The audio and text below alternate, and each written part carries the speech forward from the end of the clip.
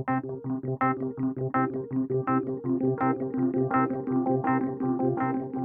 are listening to Startup Lessons, a leading podcast series where you get startup lessons from global business gurus, business leaders, and Ivy League universities. This startup series is brought to you by www.startup.tk. Today's episode is... We're going deep today on setting up a business in the USA. We've got a ton of research here, covering like everything from the overall economic picture to some interesting cultural stuff, and whether you are like thinking about starting a brand new business or maybe expanding your existing company into the US, we're going to try and pull out like the most important things you got to know. Yeah, it's really striking how the US just keeps coming up as this like top spot for businesses. You know, you've got that massive economy, the constant tech innovation. And then, I mean, the overall environment is pretty business friendly. It's not too hard to get funding, and there are a lot of skilled workers around. So let's talk about that economic power. Mm-hmm. Like 2024, that was a good year, right? Yeah. 2.8% GDP growth. It was. Even though it slowed down a little bit, Yeah. like in the last 3 months of the year to 2.3%. Still, things like consumer spending, businesses investing, exports, that all kept the engine running. And we're talking a huge EE economy here. Mm-hmm. By the end of 2024, I mean, the total value was almost $30 trillion.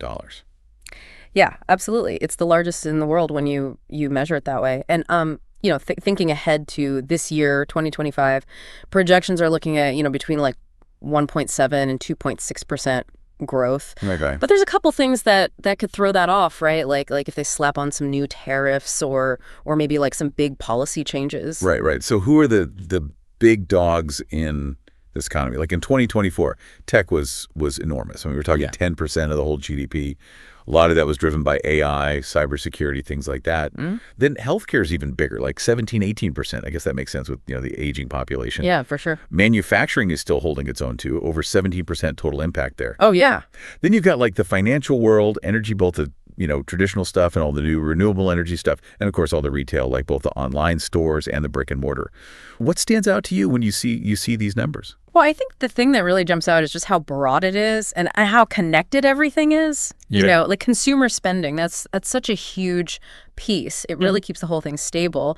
And then you add in the fact that the US dollar, that's like the world's go-to currency. Right. It gives it another level of resilience, you know? So let's say, you know, you're thinking, okay, I want to start a business in the US. Yeah. How hard is it, practically speaking, to get set up? Well, historically, the U.S. has done pretty well in those ease of doing business rankings. And our research shows that there are about 6 main steps. And on average, it takes like 4 days to get up and running. That's not bad. No, it's not bad at all. And then when it comes to funding, there are a lot of options like banks, venture capital, even some government programs. Yeah. Yeah. That's good.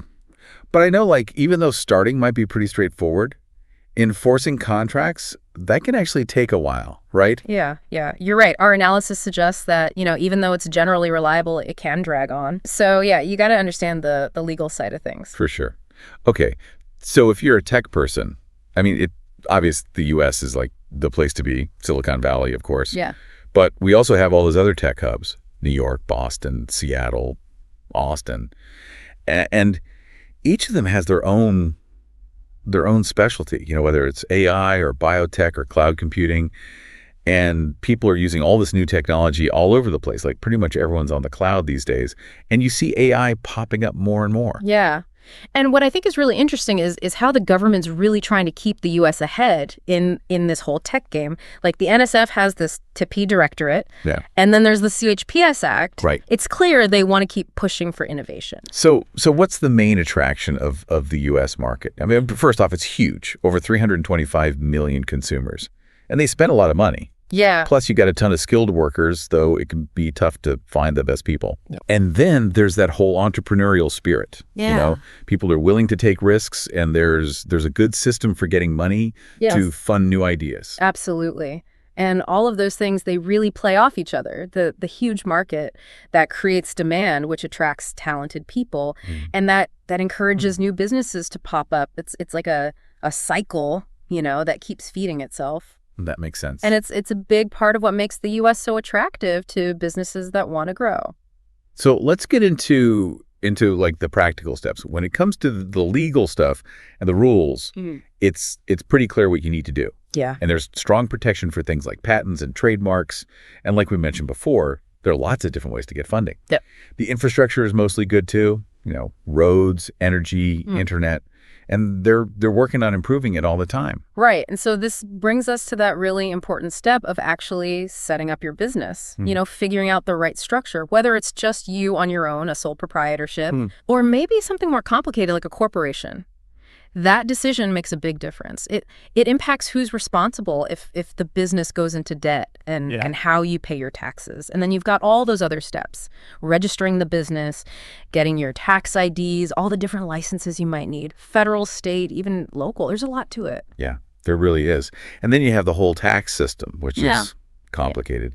At the federal level, if you're a corporation, you pay a flat 21% income tax. But other types of businesses, the profits get taxed on the owner's individual tax return. Right. Plus there's self-employment tax and other special taxes. And that's just the federal stuff. Yeah. States and local governments, they have their own taxes too. Income tax, sales tax, property tax. It's a lot to keep track of. It is. And you can't forget about the labor laws, like minimum wage, workplace safety. That's all important stuff. You got to protect your intellectual property. Like if you invent something, get a patent. If you have a brand, you need a trademark. And for creative stuff like music or writing, that's copyright. Absolutely. Understanding all these legal and financial things, it's not just about getting your business started. It's about making sure it can last, and avoiding problems later on. Right. So finally, let's talk about the culture a little bit. In American business, communication is pretty direct, and people value efficiency. It's not unusual to call people by their first names, but maybe wait for them to say it's okay. It's important to be on time for meetings. Negotiations can be pretty competitive, and decisions are often made pretty quickly. When it comes to the work culture, people are expected to be independent and take initiative. Productivity is important, and increasingly, you see companies focusing on diversity and a better work-life balance. Yeah, and those cultural things, they can really affect how you build relationships and get things done in the U.S. It's good to be aware of them and be ready to adapt. That can make a big difference. For sure. Okay, so we've covered a lot. I mean, the U.S. clearly have a lot to offer businesses, but it's a complex place. To really succeed, you have to understand how things work. So as we wrap up, I want to leave you with this thought.